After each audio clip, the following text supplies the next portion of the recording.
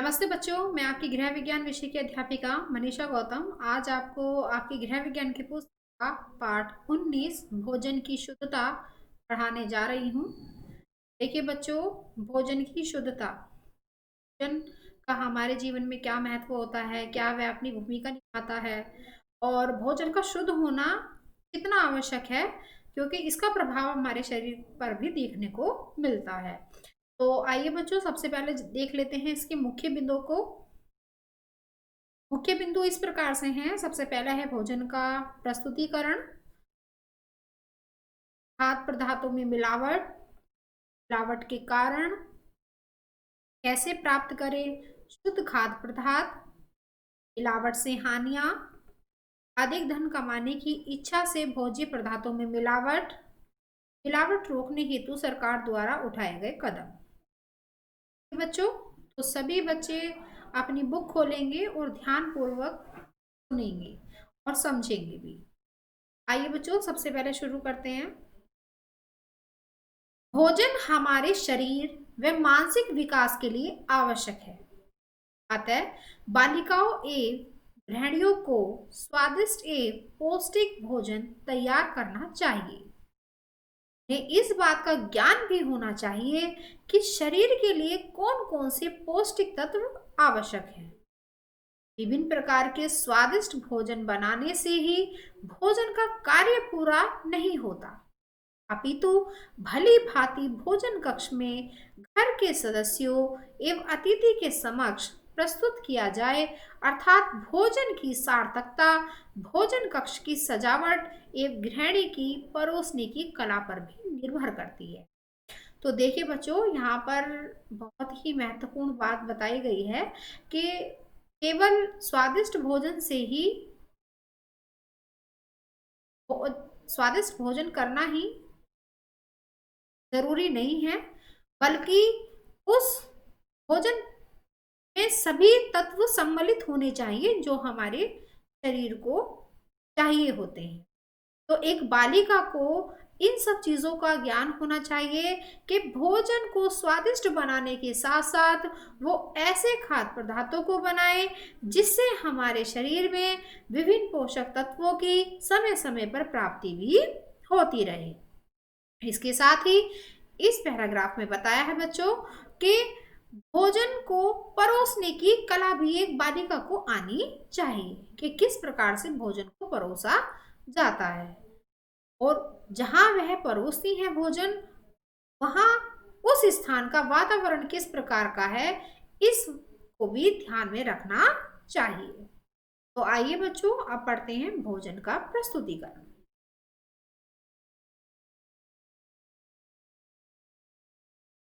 एक कुशल गृहिणी को भोजन पकाने की कला में निपुण होने के साथ ही भोजन प्रस्तुत परोसने करने की कला में भी दक्ष होना चाहिए। इस संबंध में निम्नलिखित सावधानियां परम आवश्यक है। देखिए बच्चों, भोजन पकाने के साथ साथ भोजन में तत्वों की मात्रा हमें प्राप्त होती रहे भोजन के द्वारा, इस ध्यान के साथ साथ भी परोसने की कला भी एक बालिका को आनी चाहिए। ये परम आवश्यक है कि आप अच्छा भोजन तो बना लेते हैं, आपने उन खाद्य पदार्थों को भी भोजन में सम्मिलित कर लिया है जिनकी हमारे शरीर को आवश्यकता होती है, लेकिन आप किस तरह से दूसरे के समक्ष भोजन को प्रस्तुत करती हैं, इस बात का भी ध्यान एक बालिका को, एक गृहिणी को रखना चाहिए। तो इसमें कौन कौन सी सावधानियां बरतने के लिए कहा गया है, सबसे पहले हम वो पढ़ते हैं। तो सबसे पहले है बच्चों, भोजन परोसने वाली गृहिणी को अपनी निजी स्वच्छता पर विशेष ध्यान देना चाहिए। उसके बाल गुत्थे होने चाहिए तथा नाखून कटे होने चाहिए। देखिए, भोजन परोसने वाली महिला को, भोजन परोसने क्या, भोजन बनाने वाली महिला के भी नाखून कटे होने चाहिए, क्योंकि नाखूनों में अक्सर गंदगी जाती है। जो आटा जो है गूंथते समय या फिर किसी ऐसी चीज को बनाते समय जिसमें हमारे हाथ पूरी तरह से सम्मिलित होते हैं, तो ऐसी चीजों को बनाने के लिए स्वच्छता का विशेष ध्यान रखना चाहिए। तो सबसे पहले क्या करने चाहिए, एक गृहिणी को, एक भोजन बनाने वाली गृहिणी को सबसे पहले अपने नाखूनों को काटना चाहिए। उसके बाद जब भोजन बनाए तो भोजन बनाने से पूर्व ही अपने बालों को बांध लेना चाहिए, जिससे जो उनके बाल हैं वो किसी भी तरह से खाने को दूषित ना करें। सेकंड है, रसोई घर, खाने के बर्तन तथा भोजन का स्थान साफ सुथरा होना चाहिए। देखिए बच्चों, रसोई रसोई घर एक ऐसा स्थान जहाँ जो बहुत महत्वपूर्ण है, जो बहुत महत्व भूमिका निभाता है, क्योंकि प्रत्येक सदस्य का जो पेट भरता है वो रसोई के माध्यम से ही भरता है। तो रसोई को क्या करना चाहिए, रसोई को बिल्कुल साफ सुथरा रखना चाहिए, ताकि किसी भी तरह से दूषित भोजन व्यक्ति के शरीर पर प्रभाव ना डाले। खाने के बर्तन तथा भोजन का स्थान साफ सुथरा होना चाहिए, यानी कि जिसमें गृहिणी भोजन बना रही है तो उन बर्तनों का साफ होना भी बहुत ज़रूरी होता है। कभी कभी ऐसा होता है कि जब बर्तनों को साफ करते हैं तो उसमें थोड़ा विम वगैरह रह जाता है, जिससे जो हमारे भोजन के साथ जब हम उसे तो भोजन उस बर्तन में भोजन परोसते हैं तो उसके साथ जो कास्टिक होती है वो हमारे पेट में चली जाती है, और जिससे हमें बहुत हानि भी हो सकती है, हमारे स्वास्थ्य पर इसका नकारात्मक प्रभाव पड़ सकता है। तो इसीलिए बच्चों, सबसे ज़्यादा महत्वपूर्ण यही है कि जब हम भोजन परोसे तो ये ध्यान रखें कि जिस बर्तन में हम भोजन परोस रहे हैं वो साफ है भी या नहीं, या जहां हम भोजन बना रहे हैं वो स्थान कितना साफ है। तो यह सब चीज़ों का भी ध्यान एक गृहिणी को, एक बालिका को रखना चाहिए। थर्ड पॉइंट है बच्चों, भोजन को परोसकर प्लेटों या थालियों को दोनों हाथों से पकड़कर परोसना चाहिए। कभी कभी ऐसा होता है कि जब हम भोजन परोस रहे हों तो हम एक हाथ से प्लेट पकड़ के लाते हैं या थालियाँ पकड़ के लाते हैं। ऐसा नहीं करना चाहिए, हमें दोनों हाथों का प्रयोग थालियों को लाने में और प्लेटों को लाने में करना चाहिए, क्योंकि उससे ये भी है कि अगर वो एक हाथ से, जैसे हम भोजन उसमें परोस रहे हैं तो वो गर्म भी हो जाती है, और एक हाथ से पकड़ने पर वह हाथ जल जाता है तो उस थाली को गिरने का भी भय मन में बना रहता है। फोर्थ है, थाली में चीजों को इस प्रकार से व्यवस्थित ढंग से सजाएं कि देखते ही खाने वाले की रुचि बढ़ जाए। तो देखिए बच्चों, सर्विंग ऐसे करनी चाहिए कि जैसे सामने वाले का मन तुरंत उस खाने पर आ जाए और खाने को वो व्याकुल हो जाए। तो इस तरह से भोजन को सजाना चाहिए कि सामने वाले व्यक्ति का मन उस भोजन को खाने के लिए तुरंत तत्पर हो जाए। फिफ्थ है, भोजन परोसते समय वातावरण को शांत और सुम बनाए रखना चाहिए।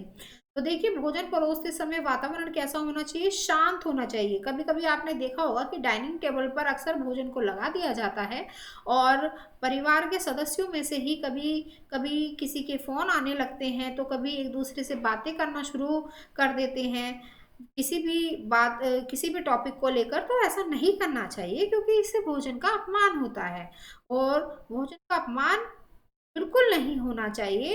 इसीलिए जिस स्थान पर भोजन परोसा जा रहा है, भोजन को खिलाया जा रहा है, वहां पर शांति बनी रहनी चाहिए।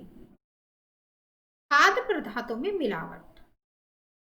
भारत में दुकानदारों द्वारा खाद्य पदार्थों में मिलावट करने की गंभीर समस्या है। कैसी समस्या है बच्चों, गंभीर समस्या है। आपने देखा होगा तेल में मिलावट है, रिफाइंड में मिलावट है, दालों में मिलावट है, हल्दी, मिर्च, यहाँ तक कि जो भी हमारा रसोई का सामान है, खाद्य पदार्थ है, उन सभी में आज वर्तमान समय में भरपूर मिलावट चल रही है। हम चाहे कितनी भी स्वच्छता से भोजन पकाएं, लेकिन उसमें यदि मिलावट है तो वह खाद्य पदार्थ स्वास्थ्य के लिए हानिकारक होगा। ये तो बच्चों आप जानते ही हैं कि कोई भी खाद्य पदार्थ अगर मिलावटी है और मिलावट वाला हम ग्रहण कर रहे हैं तो उसका हमारे स्वास्थ्य पर नकारात्मक प्रभाव पड़ना ही है। जैसे आपने देखा होगा कि हल्दी में जो मिलावट करने वाले होते हैं वो चने की दाल को पीसकर डाल देते हैं। जो काली मिर्चें होती हैं उसमें पपीते के बीजों को मिला दिया जाता है, और जो दालें होती हैं, जो चावल होते हैं, उसमें अक्सर कंकड़ पत्थर भर दिए जाते हैं। इससे वे हमारे स्वास्थ्य पर नकारात्मक प्रभाव डालते ही हैं। मिलावट के कारण ही आजकल विभिन्न बीमारियां जैसे हृदय रोग, त्वचा रोग, पेट संबंधी रोग एवं कैंसर जैसी खतरनाक बीमारियों से जनता ग्रसित रहती है। कौन कौन से रोग हैं बच्चों? हृदय रोग, त्वचा रोग, पेट संबंधी रोग एवं कैंसर जैसी खतरनाक बीमारियों से जनता ग्रसित रहती है। क्यों रहती है? क्योंकि आपने देखा होगा कि आजकल के जो तेल आ रहे हैं तो उनका हमें सेवन नहीं करना चाहिए। जो हमारे सामने तेल निकाला जाता है शुद्ध सरसों का, वही हमें ग्रहण करना चाहिए, अपने भोजन को पकाने में उपयोग करना चाहिए। क्योंकि कभी कभी हम मिलावटी तेल का सेवन करने लगते हैं तो जो हमारी जो हृदय से जुड़ी नसें होती हैं तो वो ब्लॉक हो जाती हैं, जिससे हृदय रोग का खतरा अधिक बढ़ जाता है। त्वचा रोग का भी यही है बच्चों कि जब हम ऐसा भोजन ग्रहण करेंगे जो हमारे स्वास्थ्य के लिए अच्छा नहीं है तो उसका असर हमारी त्वचा पर भी देखने को मिलता है। पेट संबंधी रोग भी अक्सर इससे हो जाते हैं और कैंसर जैसी खतरनाक बीमारी भी मिलावटी खाद्य पदार्थों का सेवन करने से बढ़ जाती हैं। जैसे आजकल की जो मिठाइयाँ होती हैं उसमें रासायनिक जो घातक कलर जो होते हैं उन कलरों का भी उपयोग किया जा रहा है जो हमारे स्वास्थ्य के लिए हानिकारक होता है। अब देखिए बच्चों, इसका मुख्य कारण पढ़ लेते हैं। हमारे यहाँ खाद्य पदार्थों की जांच के लिए कम प्रयोगशालाओं का होना, यानी कि इसकी जो रोकथाम है वो क्यों नहीं हो रही है? क्योंकि कम प्रयोगशालाओं का हमारे यहाँ पर होना है। इसकी रोकथाम के लिए जो अधिकारी नियुक्त किए जाते हैं वह दुकानों से नमूने तो ले जाते हैं परंतु मिलावट होने पर भी कठोर कार्रवाई नहीं की जाती एवं दोषी लोगों को छोड़ देते हैं। इसीलिए आज के समय में उपभोक्ता को स्वयं सचेत रहना चाहिए। खाद्य पदार्थ सदैव परख कर एक विश्वसनीय दुकान से ही खरीदने चाहिए। तो देखिए बच्चों, इसकी रोकथाम क्यों नहीं हो रही है? क्योंकि एक तो प्रयोगशालाओं का हमारे यहाँ पर बहुत कम होना है। फिर इसके लिए जो अधिकारी नियुक्त किए जाते हैं जांच के लिए, वो नमूने तो ले जाते हैं लेकिन किसी भी दुकान के खिलाफ अगर कुछ भी मिलता है तो वे उस चीज को छिपा लेते हैं और कठोर कार्रवाई उनके तरफ से नहीं की जाती और दोषी छोड़ दिए जाते हैं, जिससे मिलावट होती ही रहती है। इसलिए आज के समय में उपभोक्ता यानी कि हमको बहुत आवश्यक है, बहुत ज़रूरत है सावधान रहने की और एक ऐसी दुकान से सामान खरीदने की जहां पर हमारा विश्वास बना हो। अब देखिए बच्चों, पढ़ लेते हैं मिलावट के कारण। सबसे पहला है, गृहिणियों को भी मिलावट के विषय में अधिक ज्ञान नहीं है तथा आसान साधन भी उपलब्ध नहीं है। फलतः में वे मिलावट युक्त सामान अधिक कीमत पर ले आती हैं। यानी कि जो गृहिणी होती हैं, जो घर को चलाने वाली महिलाएं होती हैं, उन्हें भी मिलावट के जो खाद्य पदार्थ हैं उनका भी उन्हें ज्ञान नहीं है, जिसके कारण वे कम कीमत वाली वस्तुओं को भी अधिक कीमत पर ले आती हैं। सेकंड है, आजकल के युग में मांगे अधिक होने से रुपए का मूल्य कम हो गया है, जिसके कारण लोगों के चरित्र का पतन होता जा रहा है। बहुत कुछ यह कारण भी मिलावट के लिए उत्तरदायी है उचित कानूनी कार्रवाई ना होने पर।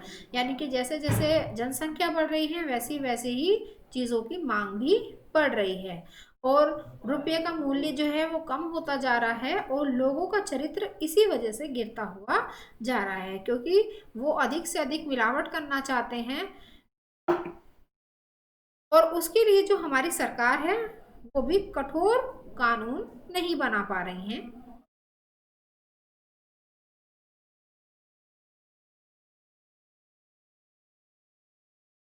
व्यापार वर्ग को प्रोत्साहित मिलता है और वह पैसा कमाने के चक्कर में जान लोगों की जान से खिलवाड़ कर रहे हैं। यानी कि जब मिलावट अधिक होगी बच्चों, मिलावट के कारण क्या होगा?